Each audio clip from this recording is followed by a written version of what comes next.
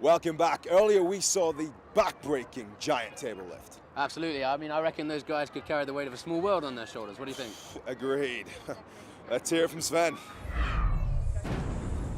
So for the second event of the day, the Atlas stones. The format though is a little bit different. These 5 stones, varying in weight from 100 all the way to 160 kilos, is to be lifted over this super yoke in the fastest possible time. Well, certainly the stones start at 100 kilograms. They end up at 160. They go up in 15 kilogram weights. So it gets tougher as you go along. And this Berti Clark versus Kenney. And Kenney on the far side. Jeff, you've performed this one a few times in your career. Yeah, I'm quite impressed with the way they're just picking the stones up. They're picking them very clean and making no nonsense of the first 2 or 3 anyway. So, you know, it goes back to the training. If they've got, you know, stones made at home. So if you do practice, you get better, of course. And they're doing very, very well. Well, their technique up to the barrier is good as well, but they're now beginning to slow down, and one would expect that. Now, that's the worst thing that can happen, isn't it? You get it right up to the top, and then you can't quite get it. You've got to lift it all again. Yeah, you've got to lift it quite close to the implement as well. And it's difficult to do it twice. You know, it's the impetus that you require, the movement, and then the last little bit where you tip it over the top. So it's literally from a deadlift now, from one position. It's very, very difficult. Well, they've both lifted 3, and this is the 4th. And Berti Clark really having to work very hard on the near side. Kenney in the same position on the far side. You can see that deep squat, but if he gets out of that, well, that's good. Now, can he get... Oh, it was just short, wasn't it, at the height he needed to push it over. It looks as though, Stu, that you know, Berti, his arms weren't quite long enough to go around the ball, so they're lifting on the top of the ball. Well, the time, Berti Clark 27.97, and Kenney 20.50.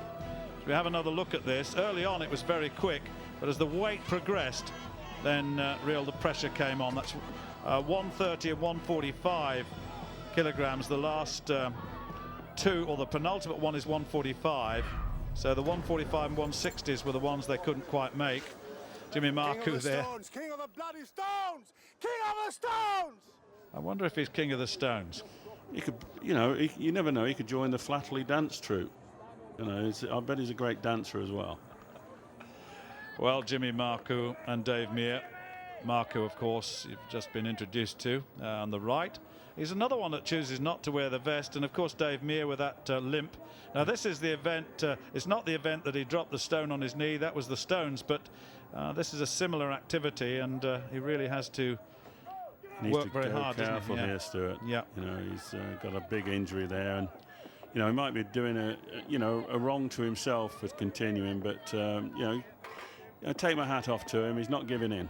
No, he's not indeed. And Marku, who thinks that this is his event, and by the look of it, it may well be.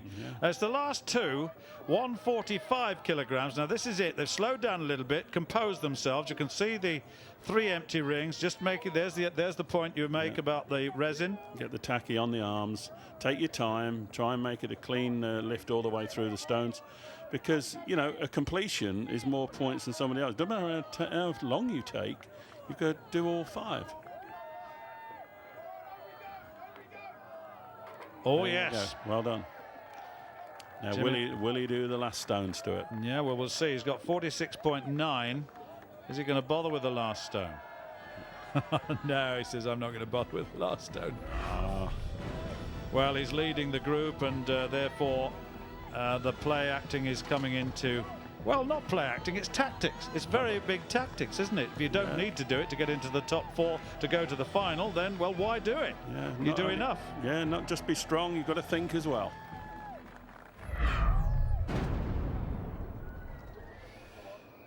Well, the next pairing, Dave Warner and Paul Carter.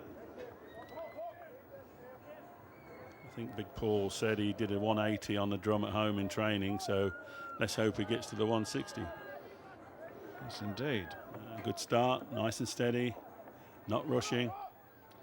Well, Dave Warner there, another one choosing not to wear the shirt. Yeah, he's going a lot quicker, but it's nice and steady on the other lane. Oh, now that looked a bit heavy to me from... Yeah, that takes some doing, Stuart. That takes some doing when you're putting it on your shoulder. You know, it's like playing basketball, isn't it? You know. He's got 2 to go. Now the next one is the significant one for Paul Carter. Dave Warner, I think, has got also 2 left, so they're both on the 145. Now then. Oh, no. Ooh, it just went forward, didn't it? Went forward. Yep. It will certainly take you over. It will find your weaknesses. It's no good writing home to your mum, Stuart, at this stage. Well, Dave Warner, 2, 17.06. Paul Carter, is he going to have another go? He's still within the time. Dave Warner doesn't bother because he's up there and he's going to get through to the final. There's no question about that at all. Tactically, he's out of it. He doesn't want to know anymore. But I'm sure Paul Carter would have expected more than this. He boasted he could do more earlier on. But remember, to make the point that these events are sequential, and there's a fatigue element once you get through the day. And, you know, it's not just an individual event taken in isolation. It's on the end of a lot of others. Yeah, you got to think of the decathlon, Stuart. This is a strength decathlon. Well, they certainly started off very quickly indeed. And in the end, Dave Warner managed 3 stones in 17.06 seconds.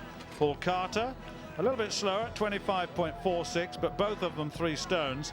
But as far as Dave Warner was concerned, in particular, didn't need to go any further.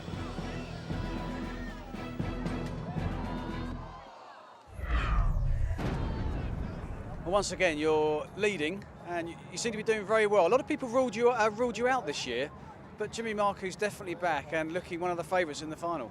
They just don't know what it's all about, the strong man. When you play chess, you can do any sport.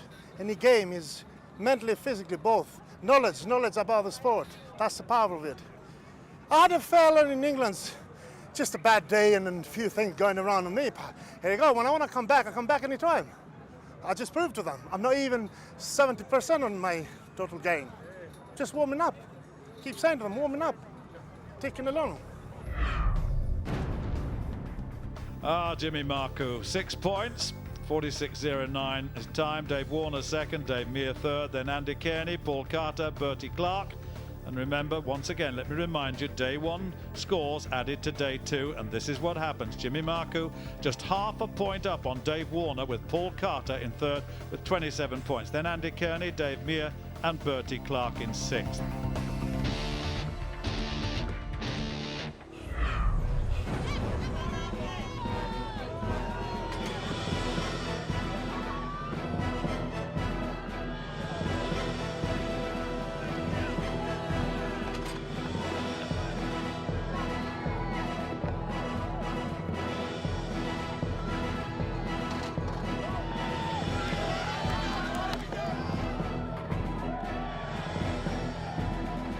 King of the stones, king of the bloody stones, king of the stones!